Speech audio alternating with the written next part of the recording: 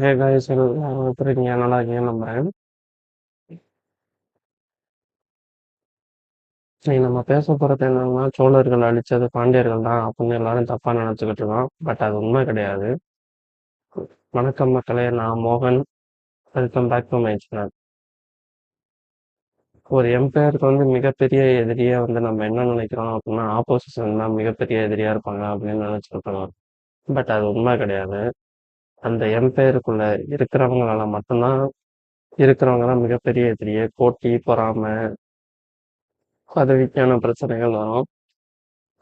ராஜராஜ சோழன், ராஜேந்திர சோழனுக்கு அப்புறம் யாரு சோழ டைனாசிட்டி ஆளப் போறா அந்த டவுட் வரும்போது, குலோத்துங்க சோழன் ஆழ்வாரு அப்படின்னு தெரிய வரும்போது, சோழர்கள் படைகளுக்குள்ளேயே நிறைய பிரச்சனைகள் வர ஆரம்பிச்சது.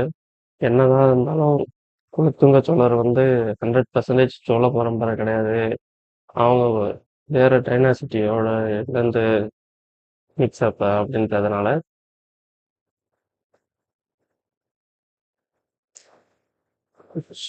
சோழர் சோழ பரம்பரையில இருக்கிறவங்க எல்லாரும் முணுமுணுக்க ஆரம்பிச்சிருக்காங்க. இது எப்படி சரியா இருக்கும் அப்படின்ட்டு ஸ்ட்ரக்சர் மாறும் அப்படின்றது இதுல தான் ஃபர்ஸ்ட் பிரச்சனை ஆரம்பிச்சிருக்கு.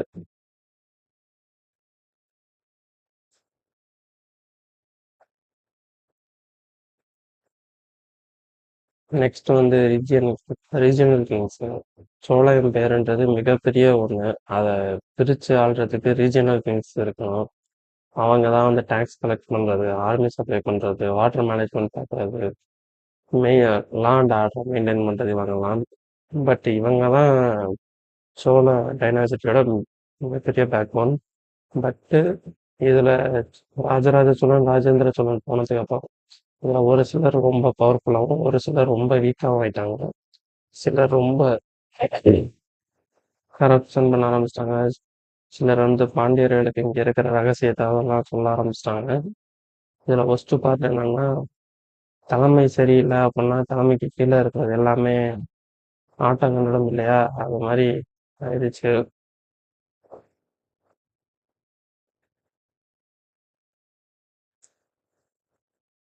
சோழர்கள் சொல்ற எல்லாத்தையுமே ரீஜினல் கிங்ஸ்ன்றவங்க டிஸ்ஓபே பண்ண ஆரம்பிச்சிட்டாங்க. அவங்க சொல்ற எதுக்குமே அவங்க ப்ராப்பர் ரெஸ்பாண்ட் பண்றது இல்ல. எல்லாருக்குமே டிஸ்ரெஸ்பெக்ட் பண்ண ஆரம்பிச்சிட்டாங்க.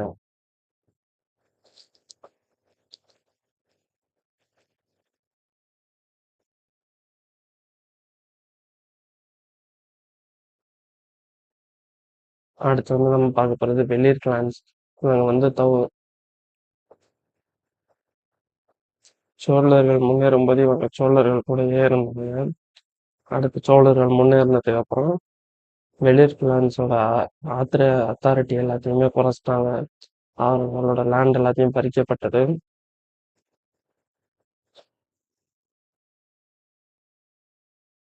நம்மளோட பவர் எல்லாமே போயிருச்சு அப்படின்னு வெளிர் கிளான்ஸ் எல்லாம் ஃபீல் பண்ண ஆரம்பிச்சிட்டாங்க. யாருமே மூஞ்சிக்கு நேரம் எதிர்க்காம எல்லாம் முதுகுக்கு பின்னாடி துரோகங்கள் பண்ண ஆரம்பிச்சிட்டாங்க. இது மாதிரி மிகப்பெரிய எம்பையருக்கு துரோகம்ன்றது மிகப்பெரிய பிரச்சனை தான். அடுத்து வந்து லோக்கல் அட்மினிஸ்ட்ரேட்டிவ் ஹெட்ஸ். இவங்க தான் இருக்கிறதுலயே வந்து பெருச்சாளின்னு சொல்லுவாங்க. அப்படியே அரைச்சு சாப்பிட்ருவாங்க.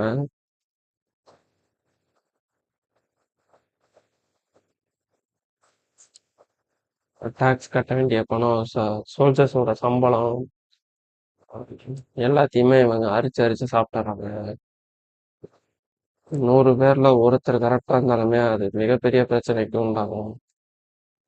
அப்பதான் மேசிவ் கரப்ஷன் உண்டானுச்சு சோழர்கள் அழிஞ்சதுக்கு அப்புறம்.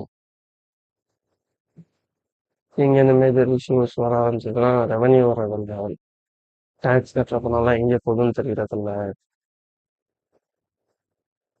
ஆர்மி ஃபண்ட் எல்லாமே எங்கேயோ காணாம போகுது, ஆர்மிக்கு சம்பளம் கொடுக்கறதில்ல, வில்லேஜஸ்லாம் வந்து ஓவர் டேக்ஸ் பண்றாங்க,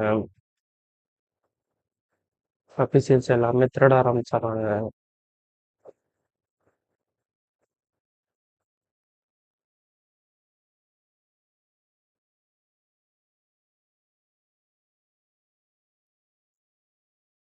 சோழர்களோட மிகப்பெரிய பலமே வந்து நேவி தான். நேவிலையுமே துரோகங்கள் விட்டு வைக்கல.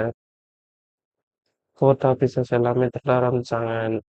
நேவி ஃபண்ட்ஸ் எல்லாமே மிஸ்யூஸ் பண்ண ஆரம்பிச்சாங்க.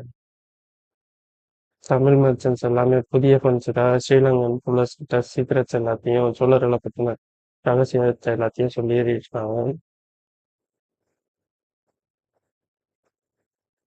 இதனால நேவியோட பவர் மொத்தமாவே இழந்திருக்காங்க. மிலிட்ரியோட ஃபினான்ஸ் ரொம்ப கொலாப்ஸ் ஆயிருச்சு.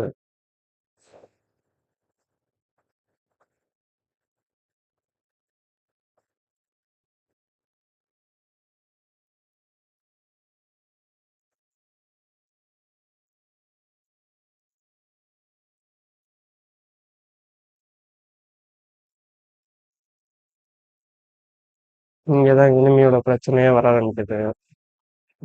உள் துரோகங்கள்னால எனிமி எல்லாருமே உள்ள வர ஆரம்பிக்கிறாங்க.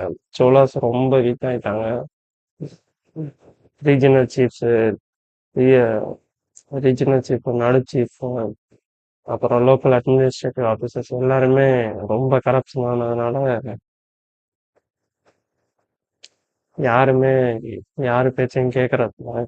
அவங்க இஷ்டத்துக்கு ஆட ஆரம்பிச்சிட்டாங்க.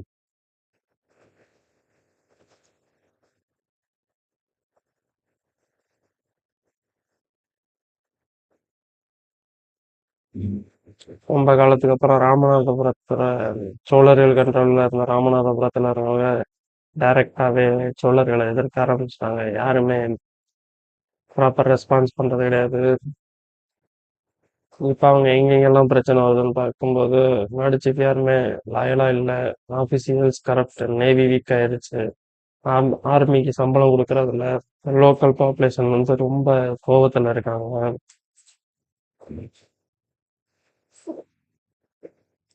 இந்த டயத்துல தான் சுந்தரபாண்டியன் வந்து பாண்டிய படையோட தலைவர் சுந்தரபாண்டியன் வந்து அட்டாக் பண்ண ஆரம்பிக்கிறார்.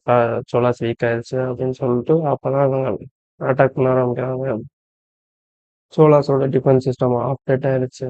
இன்டர்னல் சப்போர்ட் கிடையாது. வார் ரூம்ல எந்த ஒரு சப்போர்ட்டும் கிடையாது. பாண்டிய ஆர்மிகளை பார்த்தோன்னே சோல்ஜர்ஸ் எல்லாருமே சோலா சோல்ஜர்ஸ் எல்லாருமே சரண்டர் ஆக ஆரம்பிச்சிட்டாங்க. இதுதான் என் பேரோட கடைசி மூச்சு அப்படின்னு போயிட்டாங்க. 1279 ஏடி அந்த டயத்துல அபிஷியலா என் பேர் அழிஞ்சிருச்சு. புக்ஸ்ன்ற புக்ஸ் நம்ம படிச்சது எல்லாம் என்ன சொல்றாங்க அப்படின்னா பாண்டியாஸ் தான் சோழஸ் அழிச்சிட்டாங்க அப்படின்னு சொல்லப்படுது. பட் ரியாலிட்டி என்னன்னா சோழாஸால மட்டும்தான் சோழாஸ் அழிஞ்சது. இதுதான் உண்மை. பல எம்பையர்ஸ் அழிஞ்சதற்காக காரணம் வந்து எதிரிகள் கிடையாது. அவங்களோட அவங்க எம்பையர்ஸ்ல இருக்கவங்க துரோகத்தால மட்டும்தான் அழிஞ்சிருப்பாங்க. இதை நம்ம நிறைய படத்துல நிறைய கதைகள் எல்லாம் பார்த்துருப்போம். அவ்வளோதான் கைஸ் இந்த வீடியோ. மறக்காம லைக் பண்ணுங்க, கமெண்ட் பண்ணுங்க, சப்ஸ்கிரைப் பண்ணிட்டு. Thank you guys.